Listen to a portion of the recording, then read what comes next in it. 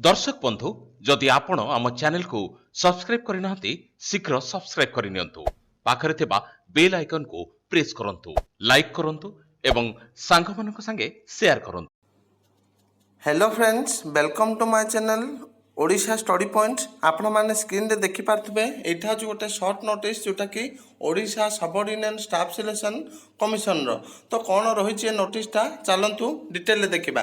तो देखंतु notice number होची हमर 425, डेट देखंतु डेट होची 16/3/2020। तो हेडिंग कौन अच्छे देखंतु, inviting expression of interest for conduct of computer based test CBT. ठीक अच्छे माने आमर ओ त्रिपल आग को जिते भी एग्जाम होबाक अच्छी सेगुड़िक ऑनलाइन मोड करने टेंडर डका जापर देखो कौन देछि Odisha subordinate staff selection commission is a statutory body created by government of Odisha for the purpose of conducting recruitment test for district level group B and group सी।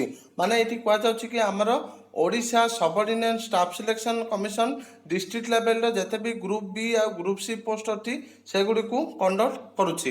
तापर देखो कौन देछि the commission now conduct written test in physical mode through OMR answer sheet. माने ये कहुच्छी कि आमर एबे ओ ट्रिपल एस आमर फिजिकल बेस्ड एग्जाम माने आमर ओएमआर रे एग्जाम करुच्ची।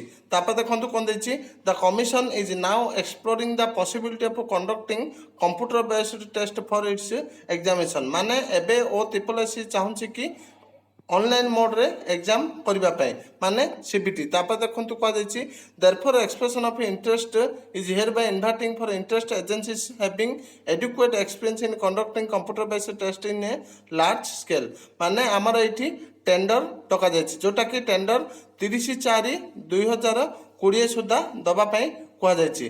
तो एतिकी इम्पोर्टेंट थिला।